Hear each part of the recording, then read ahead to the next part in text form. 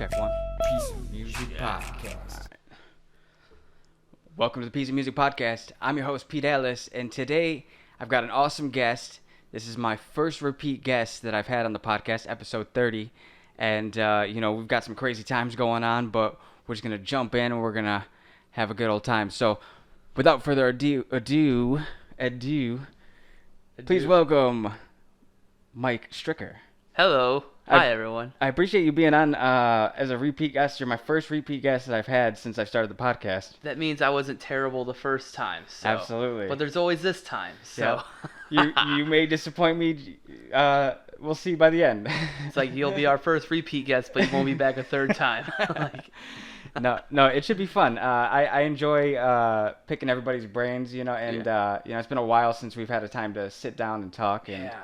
I caught one of your shows at Berwyn, which was awesome. And I mean this from the bottom of my heart. I believe that you were, and I talked to my girlfriend about this, I believe that you were the best comic in that show. Oh, man. Thank you, man. I'm trying to remember because I know we did a few there. Was that the one with Preston and Wee Man? Yeah, and they were good. Don't get me wrong, they were good. But I mean, maybe I'm biased, you know what I mean? But I really do believe, and my girlfriend doesn't know you, you know what I mean? So she said the same thing. So. Oh man, that's awesome. That was a crazy night because you knew all the circumstances going on that night, kind of. I think so, maybe a little bit. Yeah. So what happened was my son was born 3 days before that, and that was the day we were scheduled to go home, and he was already a week late. So we had that show booked 3 months out, and I couldn't just not go to the show because on top of performing, I was helping with a lot of the business end stuff in the back, and I had a box of merch that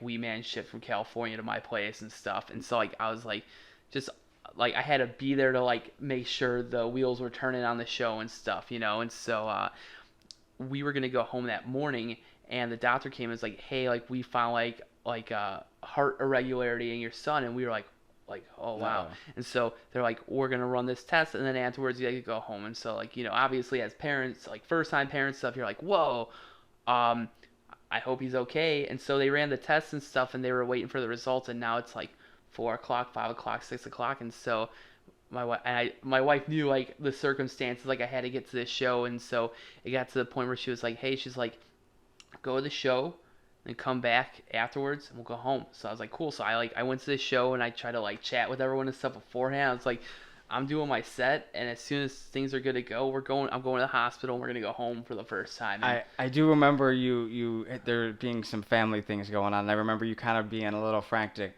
Yeah, it was nuts because I'm I know people took the time out to come, and I'm always so grateful for that. I feel like I'm still as grateful for that as I've been since day one, but after all this COVID stuff's over, I feel like I'll be even more grateful than ever that people invest time and kind of now their safety to come see a live show. So I was like, I can't really hang afterwards, but I want to walk around beforehand and say hi to everybody, and then I'm getting pulled left and right for business stuff, and then my wife's texting me, and I was like, man, you're gonna get through this night. It's gonna be a real pain, but you're gonna make it, and we made it. And I just remember walking off stage after the set, and I thought it went really well at night. And Wee Man was about to go on, and he just gave me this look. I was like, "Good luck," and sent him off. But no, it was fun. It was a great time. Nice. So everything's been kind of put to a hold with comedy, obviously, and with entertainment in general, except for this kind of form of entertainment. Yeah.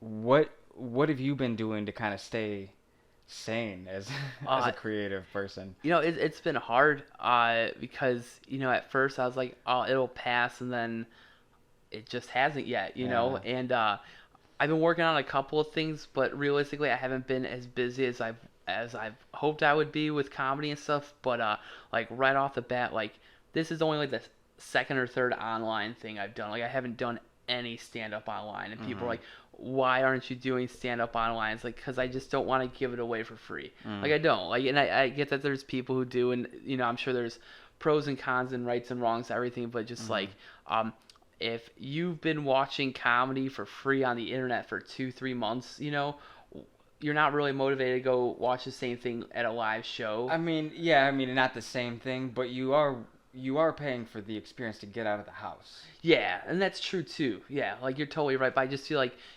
compared to like music, a great song, you can listen to it like over and over again and, 500 times. And then you don't listen to it for like 5 years And then you go back, Yeah.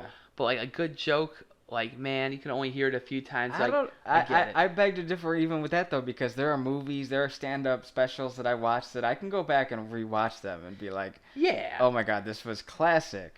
Right, but I mean, you could rewatch them, but can you watch them like You're not 100 5, 10 times. times Yeah, in a row? not like the you do song. with a song. Right, Absolutely. right. So I guess in that aspect, I haven't been doing a whole lot, but I've done a few like podcast things. I've done like Facebook Live a few times where I just kind of mess around and make like drinks and stuff like that.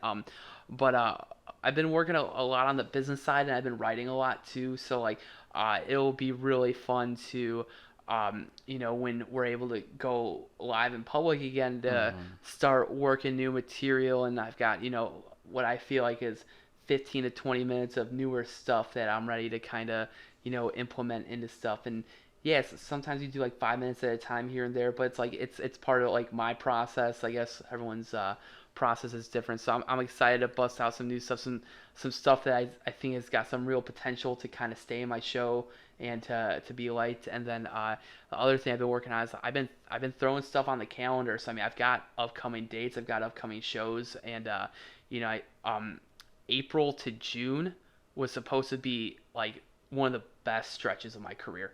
I had so much awesome stuff. I saw in March like how many different shows you had going on. It was really impressive. Yeah, like March was off to a good start too, and I think part of what was kind of disappointing about the halt was that I'm 8 years in, and they say you start actually getting good around 10 years in, and 8 years in, I feel like some of the live shows lately had been going really well because of my ability to play the crowd as well as work my jokes. Like when I first started, it was just like, I'm doing this joke, and then I do this joke, and then I do this joke. But now, like, I have the ability to kind of, like, stop depending on, like, what's going on in the room. I'm not saying people should be heckling at the show. I'm just saying if, like, all right, there's, like, an elephant in the room, I'll call it out, and we'll be able to explore get back into your act after the fact, right? Yeah. Instead of being so choreographed that if you miss a beat, you feel like you're behind or, like... Yeah. Yeah. And it's interesting too, is like as a performer, when you start kind of getting off of what you were anticipating doing, the time goes by so fast. Like I remember I did a show last year in Forest Park, and I had a story about this sub sandwich shop in Forest Park called Sub T. Awesome place. And I just told the crowd, I was like, hey, like, can I tell you guys a story? And they're like, yeah. And it ended up being like a 10-minute story, so I hadn't really done it on stage before, and it was like full of like little jokes in between the story and stuff. But by the end, everyone was just like, wow, like it was cool. But like it's cool kind of like doing that. So I've gotten a lot more comfortable with that instead of just like I used to just write out 10 jokes and then just go up and do the 10 jokes no matter what, and then just leave. And yeah, no worries. Open a mic. Yeah, boom, anything could happen. So that has been a lot of fun too. But like I'm working new material, so I feel like I'm more comfortable than I've been. And I remember the last night I did shows. It was March 14th. It was a Saturday. It was 2 shows up in Lake Geneva, Wisconsin, and it was at the little Magic Theater that the guy used to have up there until he blew up and bought his own and just kept all the money and stuff. So like it was like 50 seats for like 2 shows, and man, it was a good night. Like all my stuff went over good. The crowd stuff was nuts. Like I had people snorting, laughing in the crowd. It was great. And like all the other comics, like, man, like it went well. Like that was the last night I got to do it, and up until about 5 days before that, people had already been like staying in and stuff, and I was like, I'm gonna ride this out for right now and keep rolling. And the shows had been good, so like I'm really excited to get back into it. But I've got stuff on the calendar in the upcoming months. Nothing on the calendar right now. I've got maybe one on the calendar that's huge. That's kind of still not announced yet, but that's the only one in Illinois. Everything else is in like Indiana, Wisconsin, Tennessee, Alabama, Kentucky, like all that. Yeah, some of them are opening up a little earlier, and they're a little bit more lax, especially on like the 200 and fewer type crowds.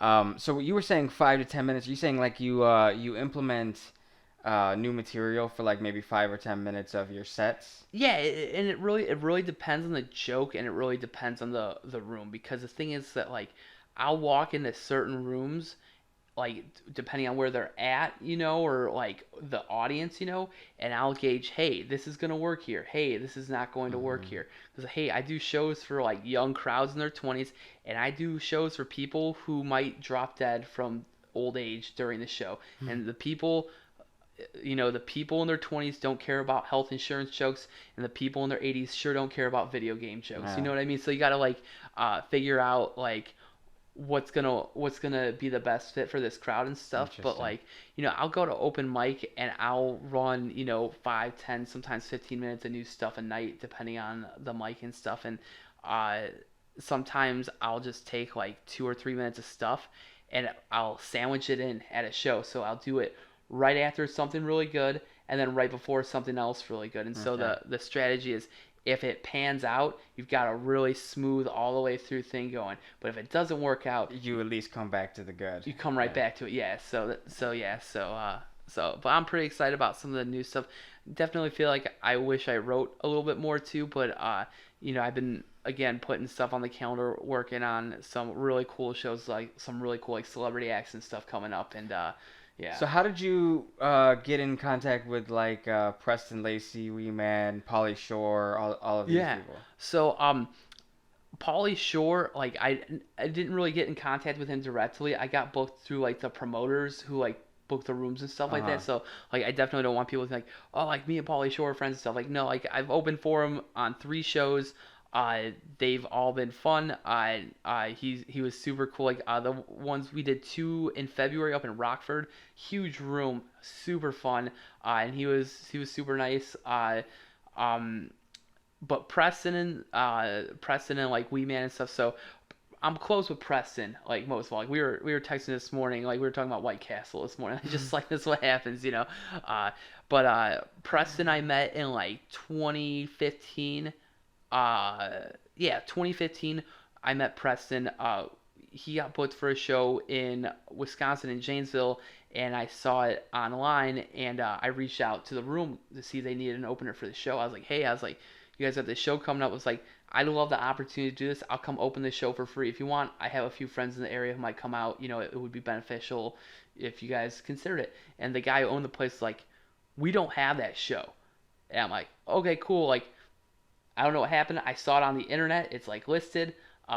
If it turns out you end up having that show, I'd still love to come open it. I'm 2 hours away. I will do a 4-hour round trip to come out just for the opportunity to do this. Because I love Jackass growing up. I've got a heartogram tattoo they all make fun of me for. I got in some guy's basement in Cicero. Don't ever do that.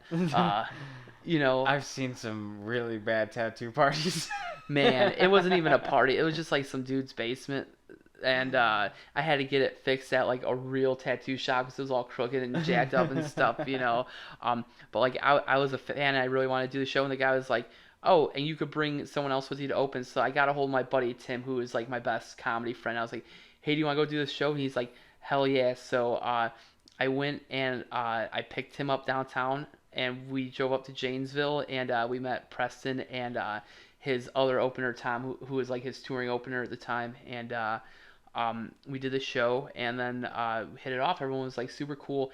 They had a sold out show the next night in a different part of Wisconsin, and they were just like, hey, do you want to come open up the show tomorrow night? I was like, yeah, sure. And so I went and opened up that show too. And I mean, the set that night went really well. Like, so what was a sold out set?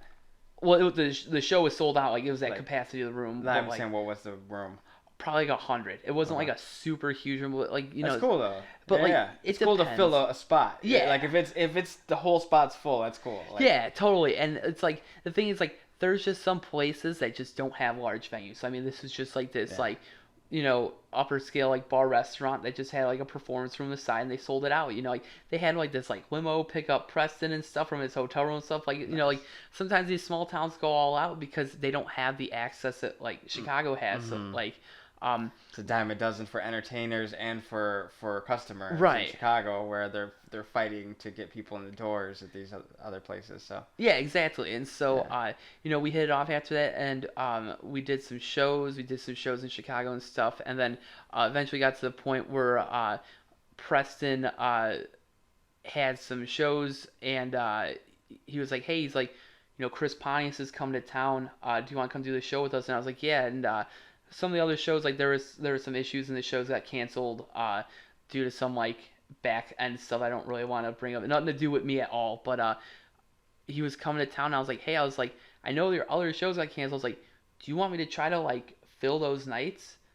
And he's like, "Sure." So I was like, let me know like what you need, to make it work, and we'll go to work. And I ended up filling up 2-3 other nights of shows. So me, him, and Chris Pontius went on like a 3-4 night run, and Nice. we had a really great time. And they were like, they didn't realize that I could handle the business end side of things like that, because that's the thing. Like comedy, like the business side is super important, and the best comedians can do business and comedy. Yeah. There's really funny people who have no idea what they're doing from the business end, and there's really unfunny people who are really savvy on the business end who get themselves opportunities that they might not be able It's to the have. same with music, I Yeah. mean, you see some artists that are like, holy cow, how do they have the ambition to do what they do? And then other artists that are phenomenal that you're like, why aren't you further? Like, what's going on here? Yeah, totally. And it's just one of those things where it's like you got to kind of figure it out for yourself. And the thing was that early on, I got real good at the business side quick, but I knew that I was doing that while I busted my butt trying to work on my act too. So it's just like, I definitely have had gigs that I didn't deserve because I wasn't there yet on the funny side, but I was stalling to work at it to get the experience I needed to work on my act. And so, like, I'm pretty proud of where I am 8 years in. I obviously want to, take it to the next level with, the quality and, the amount of material and stuff that I have. But, like, I'm comfortable on stage. I like my voice, my stage presence. I understand, if a subject is something that's for me and my style, or if it's not, and I think that's a big part of the journey too.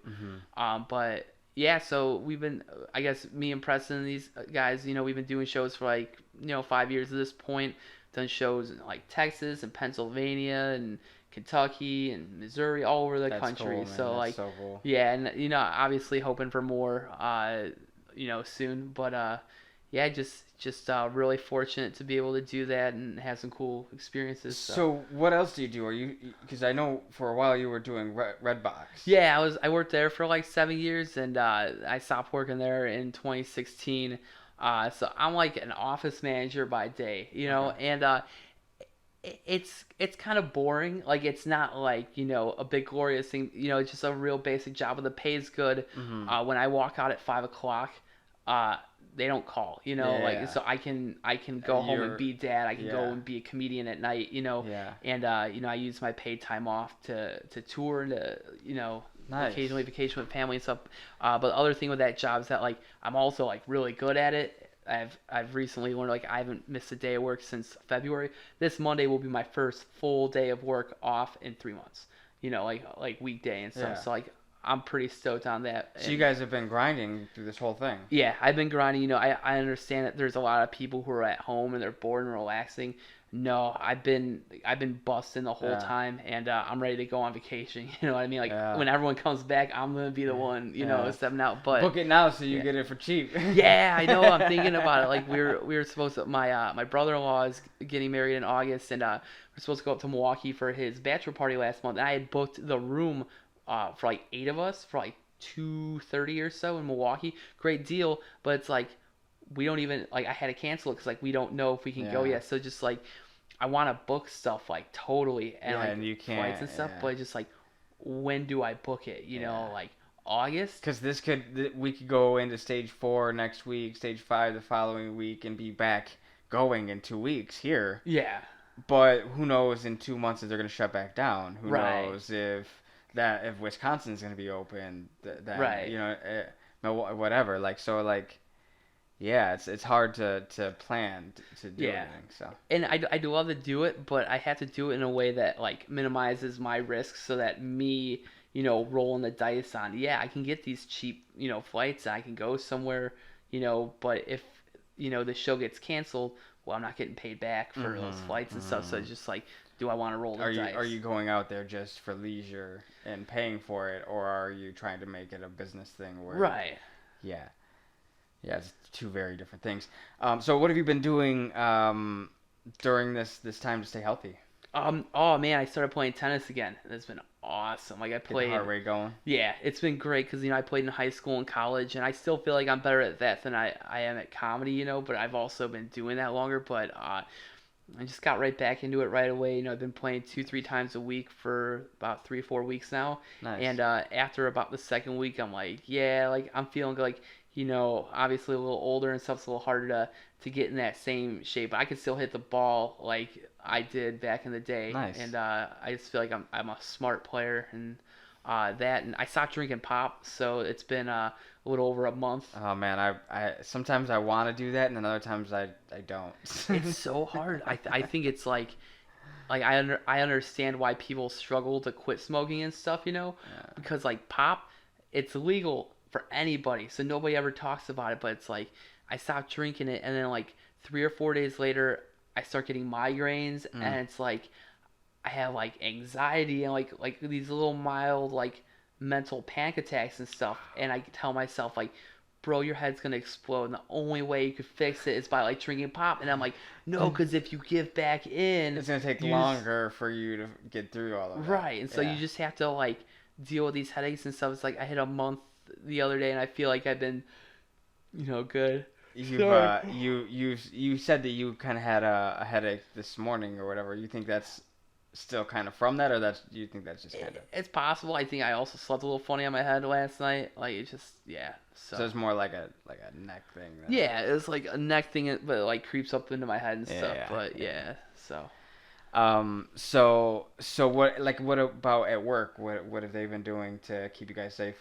Well, the thing is that like at my office, I'm the only employee there, Oh, okay. So like, there's not really much going on, yeah. Yeah, so like, I mean, there's stuff going on. Like I'm busy every day, but like we sub rent office space to other companies and stuff, and I don't think I've been in a situation where more than maybe like 10 or 20% of the normal people have been there, But there's days where I'm busy because it's like I'm going through billing and like. I didn't mean you weren't busy. I meant like there's not a bunch of people. Yeah. Yeah. The people who come in though, like they're wearing masks. We've got a lot of like signage and educational like information posted.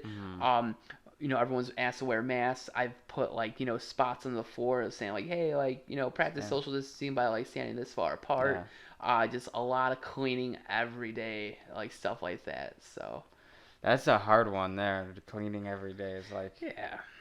I mean, I know that you should, but. Yeah. I mean, they have the cleaning crew that comes through. Like I just do like the common areas. You just do like your areas that you're gonna be touching. Yeah. Right. It's not too bad versus like cleaning everything every right. day. Yeah.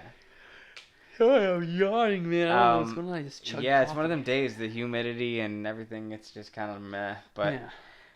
So what's fatherhood like? What's man, it's been so cool. He's so fun. Like I got a son. His name's Michael, and he is fun. We've gotten really lucky. Like he's been a great sleeper. And it's funny because people are like, oh, if the first one's a good sleeper, the second one's gonna be a nightmare. It's like. Or maybe you're just an asshole, you know what I mean? Like, don't, like, this kid's not even born yet. You're like, oh, yeah, if you have a second kid, they're going to be an awful sleeper. It's like, and these are the same people who were telling you, like, 10 years ago, like, so, when are you going to settle down and have kids?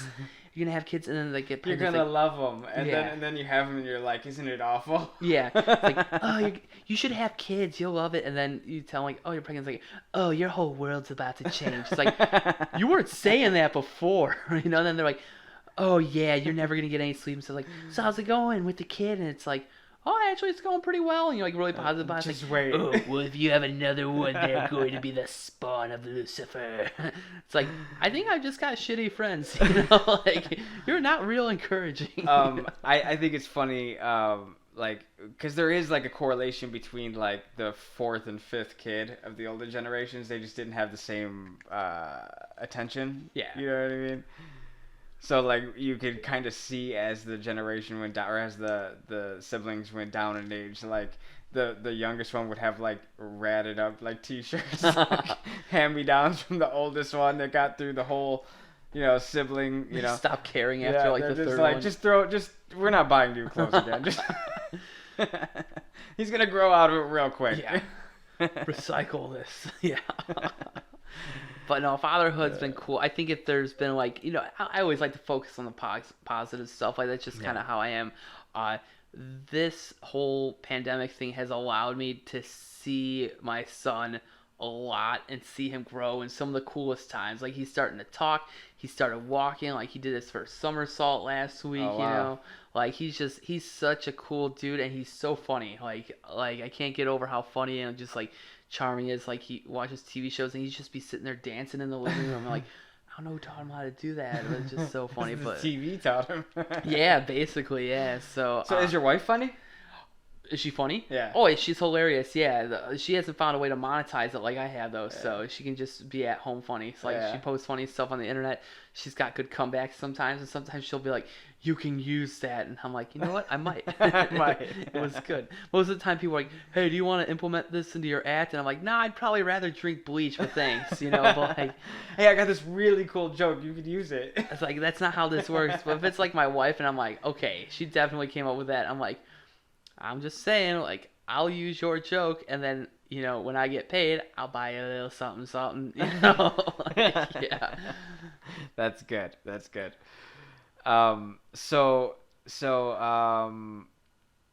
What do you got going on, like, with your own, like, do you have any specials or any sort of recording things that you've been gearing towards? The big goal is to make an album. Okay. I'd really love to do that.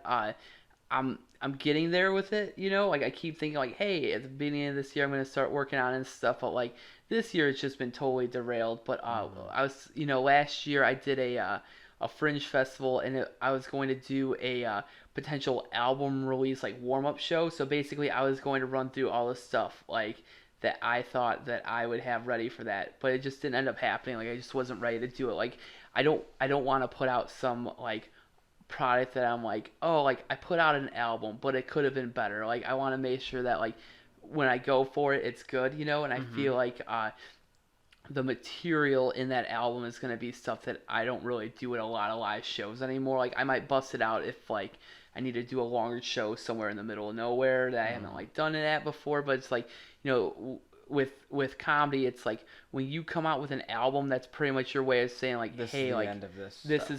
this is the end of this stuff. So it's like, like musicians, like if they got a great hit, they can play it at every show for 50 years. They have to. Yeah. Which is also like the other end of that curse, right? Like with music, with comedians, they pretty much have to let it go. And with us, like if we make a song that we don't necessarily like and it hits, we have to play this song for the rest of our lives.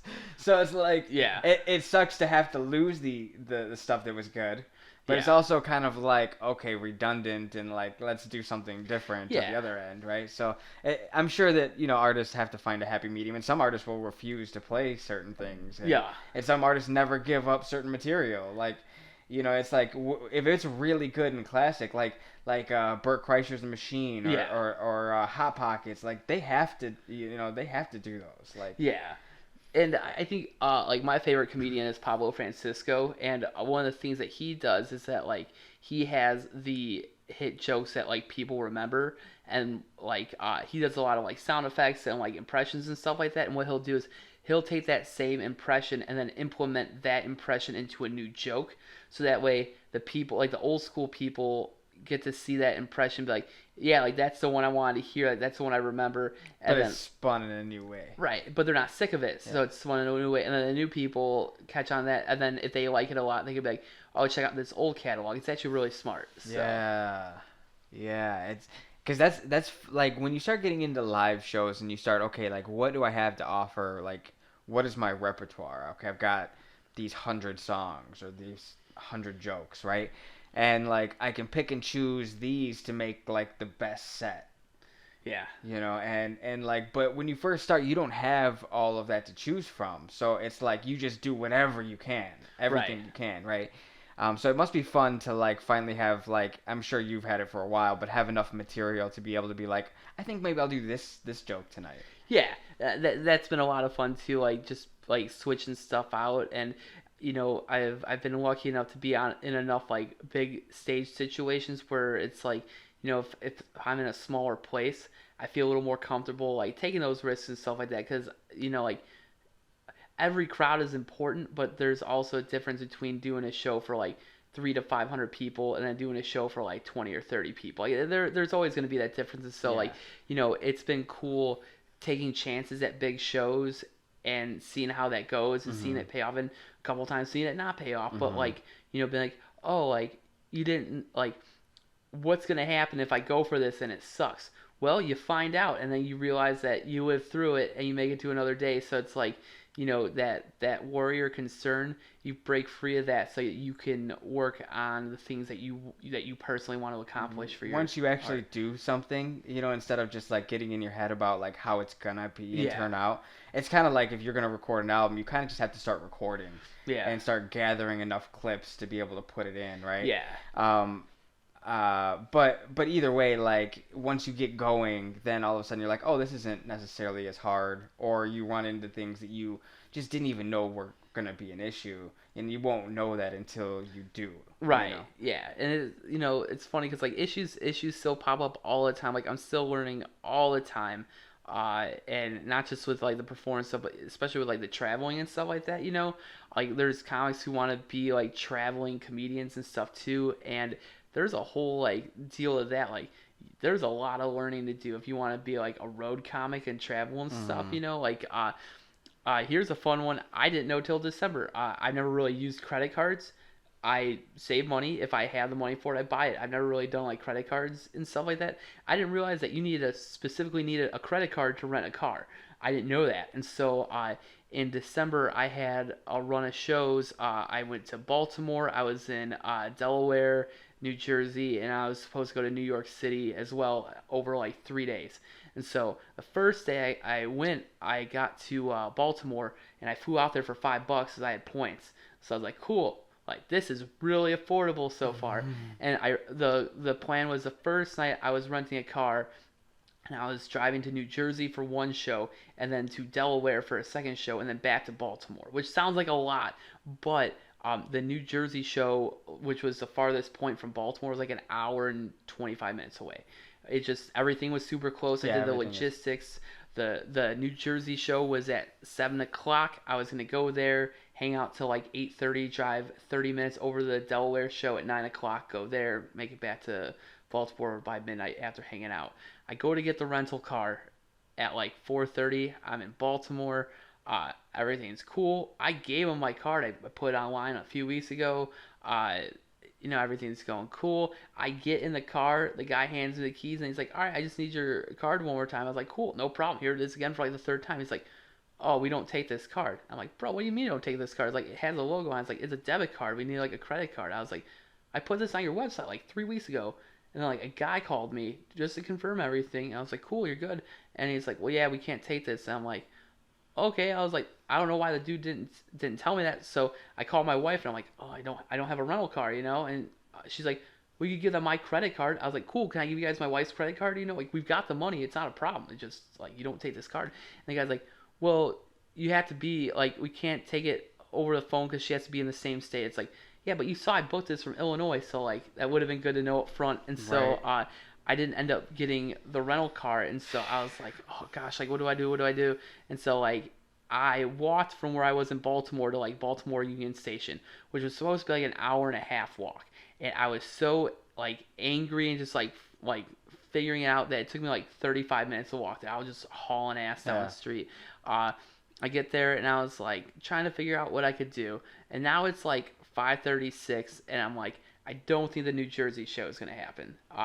But I had 2 shows in Baltimore the following night, so I was like, what about Uber or something? well, yeah, that's what ended up happening. Oh, okay. Well, but yeah, you could link your debit card. yeah, to Uber, and I mean, and that was no problem. So I was like, what's gonna be the best way to do this? Because the rental car was gonna be like $55. Plus like gas and stuff, like it was gonna be cheap. I was like, cool. I could have taken a one-way Greyhound to Wilmington, Delaware, which was halfway between the two places, for like $90. And I was like, oh, that's kind of expensive. And thinking back, that's exactly what I should have done. Because I was like, well, what if I get there and then I can't get like an Uber? Because again, Delaware, literally one of the most boring states in the country. Like, no offense, like the place I went to for the show was cool, but it's just like, what if there's no Ubers? That's possible, you know? I guess it is possible, isn't it? Yeah, so that was a concern. I was like, what if I get out somewhere and I'm just stuck here, right? And so I ended up hanging out for a bit, and all the mega buses were done for the day. It was like 6:30 now, and I'm like, there's no way I'm going to New Jersey at this point. It's just not going to happen. So I was like, I'm going to try to salvage this and get to Delaware. I realized it's like an hour and 10 minutes away, maybe an hour 5. So I call an Uber, and I go and I get in the Uber, and the guy looks at the trip, because like, it was like going to be like an hour 5-10 to get there, and he was like, hey, like, I've got a family and stuff, I really can't do this tonight. I was like, cool. I was like, can you just cancel it from your end so I don't get charged for it? So he's like, yeah, totally. So he goes and cancels it. It was supposed to be like $110. And I'm like, oh, that's just one way. And I don't know if I'm going to be able to get back, you know? And so I go and I call another Uber. Now it's like 7:30, you know, because I've been sitting at Union Station there for a while. Now it's like 7:30. And this lady comes and picks me up. And before she even sees where we're going, I'm like, hey, I was like, I understand this is far. If you don't want to go, like, you could just cancel it. And I was, at that point, I was just going to go back to my hotel and cut my losses and hang out in Baltimore. I had 2 shows there the next day. And she was like, let's go. She's like, let's go to Delaware. So me and this lady, this like sweet 60-year-old lady, drove like an hour and 15 minutes from Baltimore to Newark, Delaware. Nice. I went and got there, and I was like, hey, if you want to hang out for the show, I will feed you. And then if you're going back to Baltimore tonight, we can go to an ATM, and I'll get you straight cash and just pay you like whatever the ride back was going to cost so that you could keep all the money. And she's like, she almost did it. She was like, that's really sweet. She's like, but I actually do really like got to get back because we're going to be there for like an extra 2 hours. It's like, I get it. And so I ended up hanging out at the show. The people were cool. Like, the owner, it was like a cool brewery with like pizza and stuff. And the owner totally comped all my stuff. It was so nice. When I had pizza and beer, and he's like, don't worry about it. He's like, you just paid $120 to take an Uber to Delaware, you idiot. I was like, yeah, it's going to double because it's a round trip. That was just half of it, you know? So I'm like, oh, geez. So the show's over. Now it's like 11:30, 12. And I'm like, all right, it's like an hour 10 back at this time of night to Baltimore. It's like, I don't know if I'm going to get an Uber. It's like, I go and I call one. And I got some dude 3 blocks away had just flipped it on. He was the only one. And he shows up. I'm like, hey, I was like, this is far. You don't have to take me if you don't want to. And he's like, I'm here to work. Let's do this. And so me and this dude Brandon drove an hour 10 back to Baltimore, and like it was crazy because like I didn't, like, when I was laying in the bed in the hotel, I felt like I wasn't supposed to be there. Like, I was supposed to be screwed up somewhere, like uncomfortable or something, you know? Like, how did I make it back to this point? Yeah, and it just like, that story is nuts. And so the next day I did 2 shows in Baltimore. That was easy because that was like almost walkable from where I was staying. And then the next day I hopped on a bus and went and hung with my buddies in New Jersey, and we just canceled out in New York and just hung out. And but it's like the weird business side of things. Like, I spent like weeks cracking all the logistics and stuff of this, and then you just get one little mistake, one little thing. Yeah, and it's really not even a huge mistake on your end, because realistically they shouldn't have accepted that. It comes through as like what it is. Right. Like, so when they register, it's going to say Chase Bank or whatever, right? Yeah. Like, and it's going to be like, this is a bank card. Yeah, I mean, and the thing is, it's a debit card through a bank. It's got a logo on it. Yeah. Like, it looks like any other card. The thing is, they had me enter it online, and they accepted it. Yeah. And I was like, and then, I messaged them about it. Enterprise, screw you. I messaged them about it, and the dude was just like super stern, like, these are our policies, this that. I was like, right, but I was like talking about like the experience for the customer, like, you should let them know that when they put the card info in, and it's like not right. And it was funny because like I was telling I play Xbox every Monday night with 2 of my best friends, and I was telling them about this, and they both just busted out laughing because I didn't realize that my one buddy works for like Enterprise Corporate, and I was like, I could have just called you, and you could have like called him like, hey, give him the card, and I'm like, oh my gosh, that sucks. It's all who you know, man. It's all about who you know. Oh man, so what's your worst bomb? Oh, show-wise? Yeah. Oh man. Well, it's tough to call because like I've had shows that I bombed like I didn't do well, and I've had shows I bombed because I wasn't going to do well no matter what. But like here's one I had the other year for sure. It was 10:30 in the morning. I'm at home playing video games. Little guy's sleeping. I get a message from my buddy, and he says, "Hey," he's like, "Can you show up to this retirement home at 1 o'clock today?" He's like, "Do 55 minutes of clean comedy. This is gonna be and great. I'll send you $75 to the Cash App right now." I go, "Right now?" He goes, "Yeah."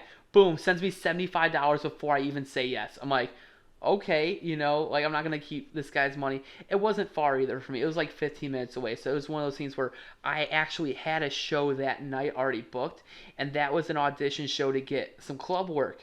And I was like, I'm going to go to this retirement home and do this set. I'd been to this retirement home before, but here's what you need to know about this that made it so rough. And I believe everybody needs entertainment, but on the organization side, like, you got to help everybody out a little bit. No microphone, no stage, no designated performance area. It was just me. And there was maybe Just stand here and make jokes, funny man.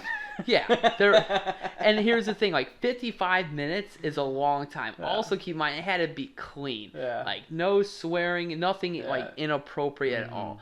And then on top of that, there was maybe like 11 people there. 4 or 5 of them were just straight up sleeping in their chairs or wheelchairs. Another Doped 2 out of their mind. Yeah, and another 2 or 3 couldn't talk at all. So it was basically for like man. 2 or 3 people. But like I said, it was just like the circumstance. Like I don't like blame anyone for it. It was something that happened. And what I did in that situation was just I said everything really slow. Like I'm a fast talker. Like you guys know already. Like I'm a fast talker. But for those people, what I did was it wasn't even so much about telling them hilarious jokes. Just saying things so that they could understand what you were saying. And I think that was like important for them. So I did some like stories and stuff in between, and I did my 55 minutes of it. And it's just like, but when you're standing there, like it's like forever. So did you actually bomb, or was it just uncomfortable? I mean, they haven't had me back, so like they had me there a couple times. I mean, You're like, the people were sleeping. yeah, like I think I don't know, like I would probably consider that just because it's like there's shows where it's like half the audience might think you bombed and the other half really liked it. And so like you'll be sitting there afterwards and be like, man, I feel like that was like a bomb.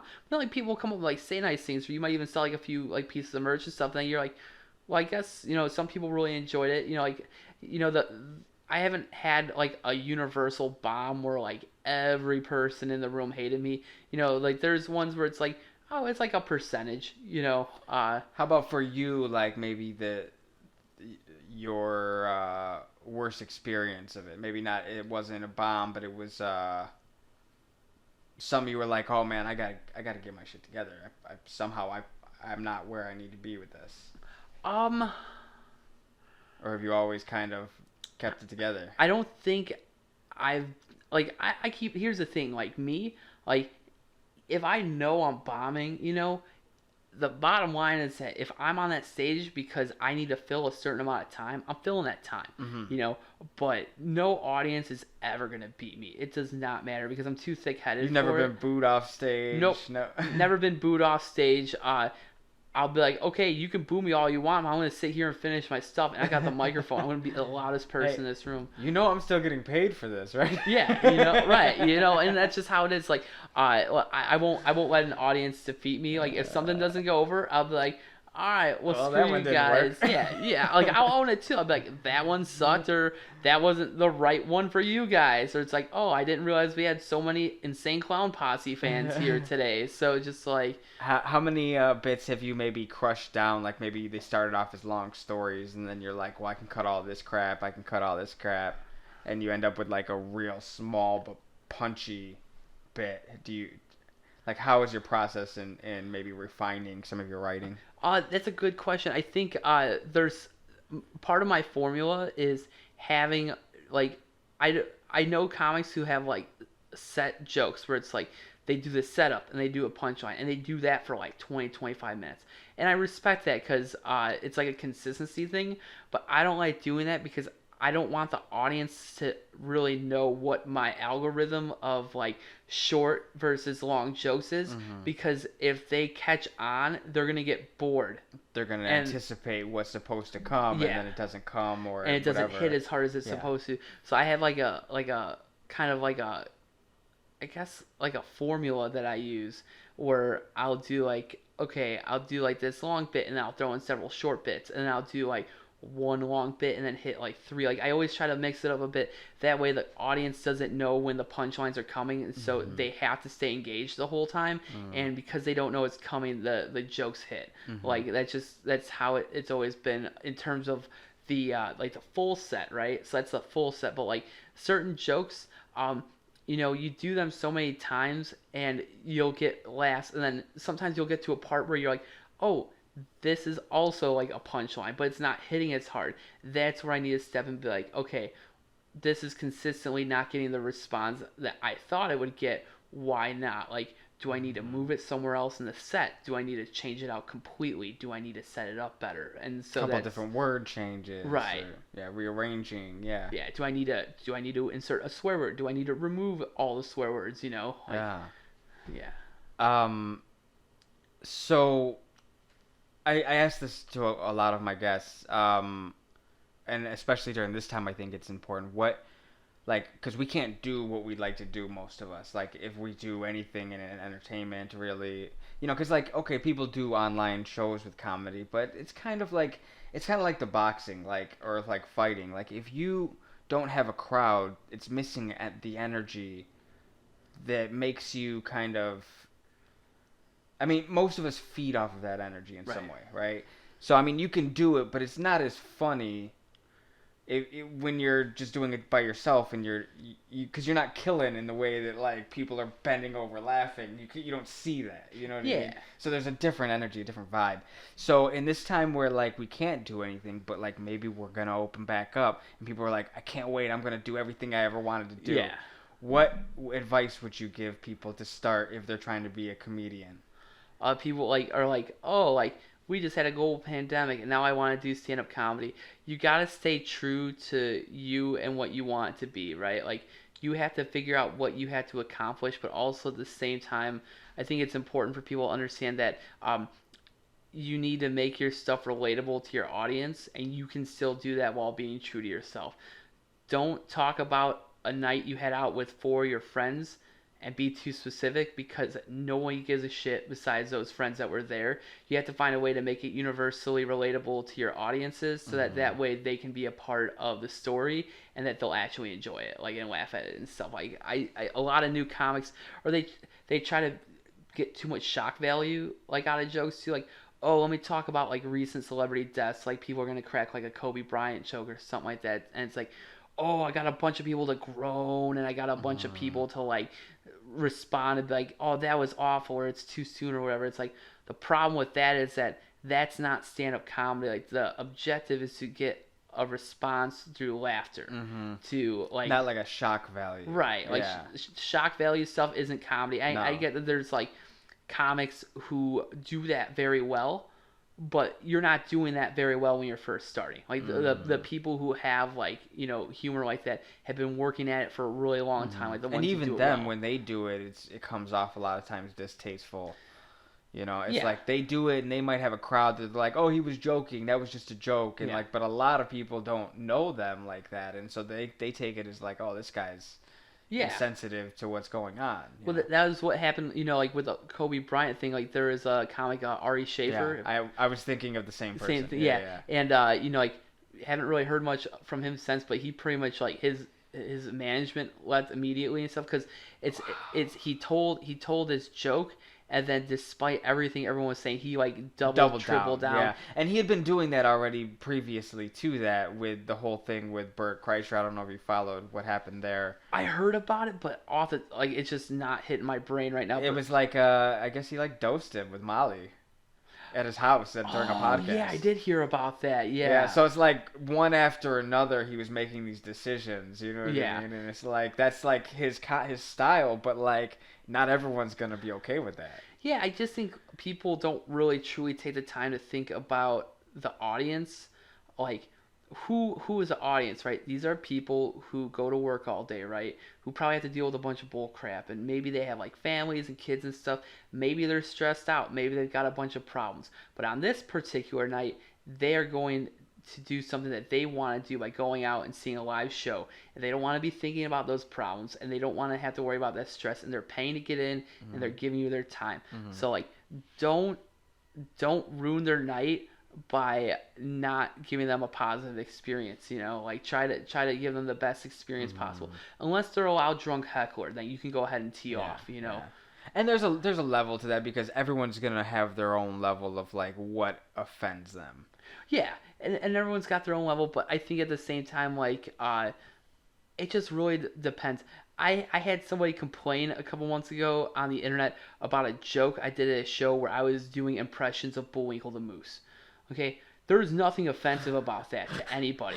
Literally, it was me doing impressions of Bullwinkle the cartoon moose, and somebody complained about it on the internet, and I'm like, what was said? If you want the joke, both ends. The joke. They were just like, well, the guy who was complaining was upset about some jokes of the show. Someone had done some like I don't know if it was like it was like, I don't know, like homophobic joke. It wasn't a homophobic joke. It was like I think they joked around about like sex with kids or something like that. Like, but it was like, it was really lighthearted to where like there's a way you can do it, but no one in the room had a negative reaction to it. But I guess this guy was at the show and he just didn't want to see comedy, and he didn't realize there was a show at the place there was going to be, which they had advertised and stuff. And it was a free entry show, and so he's like, oh, they're telling jokes about pedophilia and jokes about Bullwinkle the Moose impressions. Like, okay, like, if you're complaining about that, like, you're just really reaching at this point, you know, like, and I totally understand that, like, there's certain topics that are offensive to people. Like, I don't like jokes about things where you make fun of people for things that they can't help. And that's kind of like been like my rule. Well, and like in pedophilia, the case of pedophilia, if it's a joke that maybe hit home to him, I can understand him being upset about that. Yeah. But where does Bullwinkle come into play? Yeah, not at all. Like, I don't know, maybe like the pedophile and that was what was on up. TV when it happened. Yeah. And it triggered something. Like... Yeah, like maybe he was dressed up like Bullwinkle. Like, you know, I don't know. It was just weird. It's like, I get that people have individual experiences, and I totally empathize with that. My rule of thumb is I don't really like doing political jokes because you're gonna piss off half the people. Yeah. People just get pissed off about it. That's what the internet's for, you know, like to see. We don't need any more of that stuff. We don't need any COVID-19 jokes when this is over either. It's just not going to happen. I will like I was seeing it with another podcast. The only ones that get to do it are the people that actually caught it. Yeah, like if you caught it, like, hey, I caught it. This happened. You know, like okay, like offer a unique perspective. Just don't be like, oh, coronavirus. You know, like it's like, come on, like we get it. You're gonna compare it to the beer. You know, like we get it. Everyone did that already. You know, like it's stupid, but like I don't like making fun of things that like knowingly irritate people and things that people can't help. It's interesting about like how people will be like annoying in comedy. Like the annoying is like their comedy. Yeah. You know what I mean? Totally. Like, and they're the people looking for, they think that comedy is getting a reaction. Like, I'm successful because I'm getting a reaction. But it's like, no, well, what kind of reaction are you getting? Everyone getting up and walking out of the room was a reaction, but that's not what you want. You know? Everyone hating you and booing you off stage is a reaction. Like, someone tried to beat you with a heel. You know, just, you know, like that's not good. So like my stuff's like silly. Yeah. You know, it's a little more lighthearted. I try to do some like impressions and sounds and just some of my life experiences and stuff too. And that's important too, because it's like, hey, if you take offense to this, I get it, but this actually happened to me. You know what I mean? And so it's like, you taking offense to a experience that I had, it's just like you trying to, I believe people can't personalize it too much, you know? Yeah. But just like, comedians are joking. Yeah. They're jokes. Like, and if you can't joke about everything, like, what's the freedom of speech if we can't Right. talk, if we can't say stupid shit. Yeah, and most importantly, we all need to make fun of ourselves Yeah. all the time. Like it's important. Like everyone, I just feel like digital has made everyone so like like I'm an influencer, and it's like I got 10 likes on my Facebook status, so now I'm an authority to speak out on this and whatever I want. And like people take themselves a little too seriously, and I think we all do it sometimes, But just like you gotta laugh at yourself too. Like you're gonna do dumb stuff, Yeah, that's one thing that I learned, like, as a musician, when I got into music seriously, when I really sat down, like, this is what I'm going to do, full steam ahead, I let go of a lot of fun. You know what I mean? It was like, it has to be serious. I have to, like, be serious. Like, this is a job. Like, this is, But then you get to a point where you're like, well, what about fun? Like, what about, like, enjoying yourself? You know? And, like, don't get me wrong, doing music, I enjoy myself, but there has to be fun to it too. Yeah. So you have to find ways to introduce fun into the career side of the entrepreneurialism. Yeah, and I think it's tough because it's like I think the more I've done comedy, the harder it's been to have fun all the time. So I just feel like I do think about other people's expectations of me to get to a level that I'm not currently at. And at first it was just kind of like, there were no expectations, just like keep going, and it's like, well, no, because you did these things last year, you got to try to raise the bar from that, and I think those are the moments. But like, where is that bar? Like, that bar is different for everyone, I think. Because I think that, like, some people it'll never be enough. And some people, when they get it, that's all they ever wanted. Right? So, like, there's two ends of that where, like, you get it and then you don't have that same motivation to keep going because all you wanted was that. Yeah. And then there's the other thing of, like, it's never good enough. Yeah, and that's tricky. And the thing that I got to remember is I do have a day job. I have a family. I'm a dad. I'm a husband. I'm a friend. And comedy is something I've taken very seriously for the last 8 years, but it's not my full-time gig. It just isn't. And the expectation right now that in the next 10 years I'm going to have a Netflix special is really unrealistic. There's a lot of people putting in more hours than me, grinding more, who have a more natural ability to do it at a level that I can't. Do you see yourself becoming a full-time comedian? I'm going to say no. Like I don't. And the reason that I don't is because that would entail traveling all the time that I'm not going to do because, I've got a family and stuff. Thing is, I see full-time comedians out there, people who gave away all their friendships, all their family and stuff like that. And they don't seem happy. Wow. This is what I'm talking about. This is what I'm talking about. Like, how much you have to sacrifice. And you, like I feel like, I've sacrificed fun and this and that, right? Like, relationships, friendships, family, and it doesn't bring happiness in the end of the day, right? It's very fragile too, man. Like, I've seen comics who like full-time comic. Well, hey, if you are a full-time comic and that's all you do, the last 2 months have wrecked you because you have nothing else. You have nothing going for you. You have no income. You probably don't have a full-time place to stay because you've been traveling so much. You probably got a car with a million miles on it, and your friends and family don't really want to bail you out because you blew them off to be a full-time comic. I have a ton of respect for the comics who do it. It's an absolute sacrifice. I'm just saying that's not me. That's not something you can do with a family. So then the question becomes, well, what is my goal? What is my objective? And I believe that I can continue to work hard to become a good comic. I can perform locally. I can go out of town every month or two, travel like a percentage of the time that full-time comics do. But I also own a home and vehicles and stuff like that. I also, do other stuff. And so like comedy is like my one like really special passion that I'm driven towards the most, that goes outside of what is expected of me as a husband and a father, like to provide for my family and stuff like that. So to do that at the highest level I could possibly do it, to get regular work without having to do so much on the business side, I want to do shows in all 50 states. I'm going to hopefully hit 25 this year. I'm at 21 right now. I know it's like, 4 states isn't that many. It's like, well, yeah, but when you've already done almost all the ones you could drive to, and now it's like, you got to fly places, and it's like, and I can really only realistically go out of town for 3, 4, 5 days at a time. It gets a little tricky, and it's like, and it's like you got to get people to book you, but you have no TV credits, Mm-hmm. you know. And so one of the things about doing like the shows like Preston has been awesome because Preston's taken me under his wing, and obviously he's had the #1 movie in America 3 times, maybe 4 coming up. Maybe we'll see. Yeah, well, I mean, they're working on it. They're working on it, but they stopped filming, and they're probably going to be back on in September. I mean, he's had the #1 movie in America, so he has no problem getting booked, and he's been kind enough to be like, hey, you know, we got shows in Pittsburgh on this date. You want to come out? He's like, you know, That's awesome. he takes care of, you know. It's good to have people who see your potential and take you under their wing. It's really good. Tornado alert. Yeah, we'll see how that works out. But I know you. I don't want to take up too much of your time. I know you say you got some things to do with your family, and I really appreciate you coming out. Yeah, man. Episode 30, man. Anything else you want to tell people? Follow me on the internet if you want. You could if you want. Twitter, Instagram at Mike Stricker _ Facebook, Mike Stricker Comedy, or you just send me your friend request. I'm actually pretty outgoing. Just don't be weird and ask me if I like guys or girls in a private message right off the bat. It's super creepy.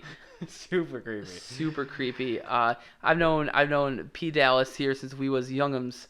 So it's cool to be here, and I appreciate all your support over the years. And just you're very positive and encouraging. It's contagious. People should want to surround themselves with people like you, man. I appreciate that. That means a lot to me, man. I appreciate it. So this has been episode 30 of the Peace of Music Podcast. Stay safe out there. Deuces.